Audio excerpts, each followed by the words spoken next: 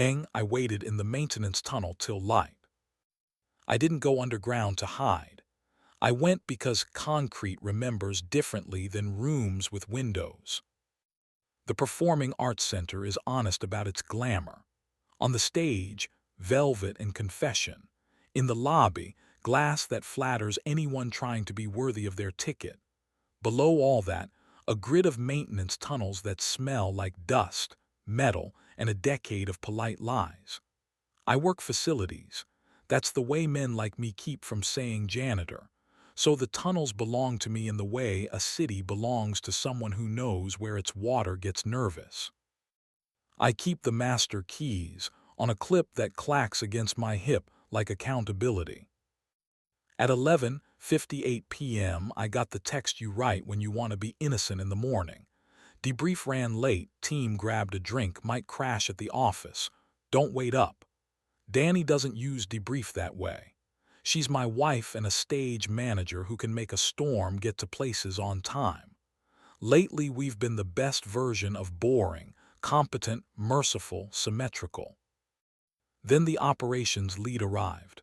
Miles, sleeves shoved, role of gaffer, an expert at standing exactly a respectful step from married women and making rooms ignore their own heat.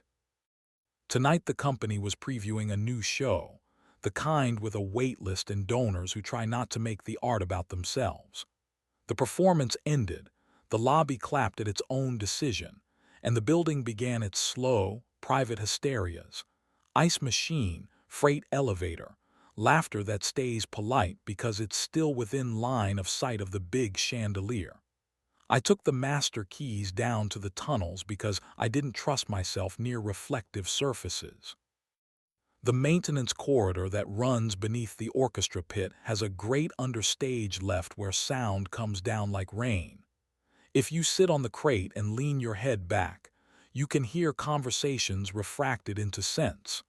Apology without nouns, competence without witnesses, heat rehearsing restraint. I have eaten dinners there when the building didn't have room for me on other floors. I have fallen in love with my wife a second, third, 10th time there when she called cues that made 100 strangers breathe together. Tonight the great gave me her voice and his, turned polite and tired by gravity. I shouldn't have kissed you, she said. Elevator, 2 weeks ago, between floors. It was quick enough to be stupid and long enough to be true. I stepped back, he said. You said my name like a lock. The elevator was smarter than we were, he said, and that is the sentence that made my stomach vote. I stood in the low light of the exit sign and counted the bolts along the wall until math decided to be kind again. When my phone buzzed with the version of the sentence that would make me tolerable, heading home after all, I texted back a word I had decided to earn. Good. Then I stayed in the tunnel because I wanted to see whether I could be interesting without an audience. She came down the service stairs exactly like the woman I married. Hair pinned, black sweater, a mouth arranged for competence, eyes that tell the truth at a volume people can stand. She didn't stumble when she saw me. She put her palm on the rail, accepted the low light for what it was, and walked to where I was standing like she'd rehearsed it for an emergency she didn't want to waste. You picked the right room for a verdict, she said. No trials after 2, I said, touching the master keys. That's the rule even for us. She laughed quietly in the key that makes me forgive more than is strictly wise. Then say the sentence you came to say. Did you kiss him? I asked. It came out like a man offering his throat because he learned anything else takes longer. In an elevator, she said. 2 weeks ago, between floors and Mercy. It was quick and mint and rehearsal. He stepped back. He said my name like a lock. I am relieved that one of us knew how to behave. Do you want me to hit him? I asked. I want you to choose me, she said, not as rescue, as appetite. There are rooms where words work and rooms where they don't. The tunnel is a room where metal wants your hands to be honest. I closed the space between us and kissed her with the accuracy of someone who knows the load-bearing walls of his own mouth. She answered like a stage, remembering what lights are for. I put my hand at the back of her neck and felt the vote go my way.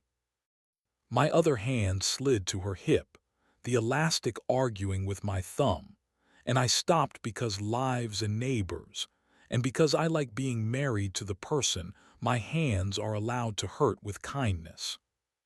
She leaned her forehead into my cheek and learned my breath again.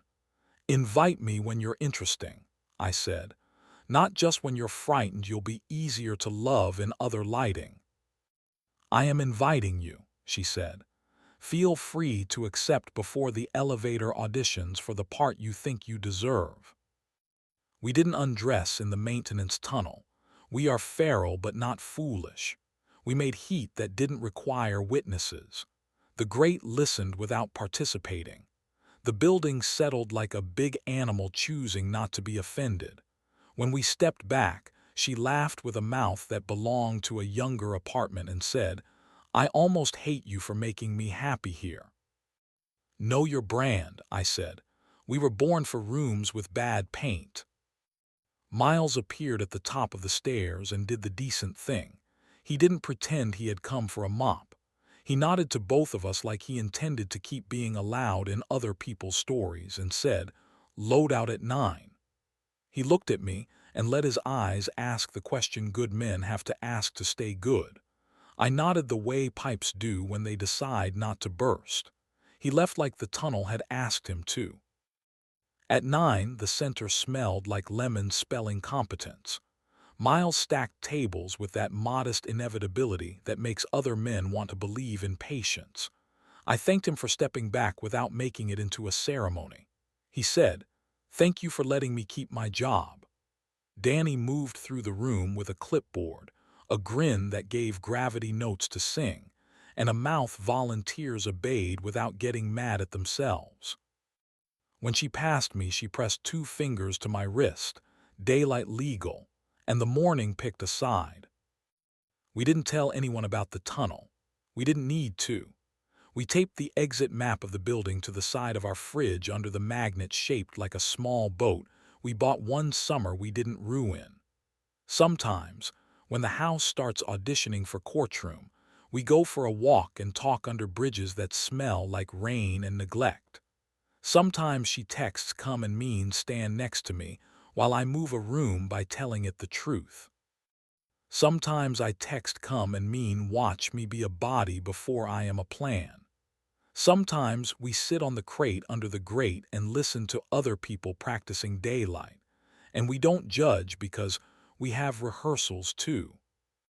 We didn't stop admiring other people's competence. We did stop confusing it with permission. Heat is a temperature, not a verdict. We eat before we try to win. We sleep when the clock stops making sense. We put our hands on each other in daylight like the sun still issues licenses.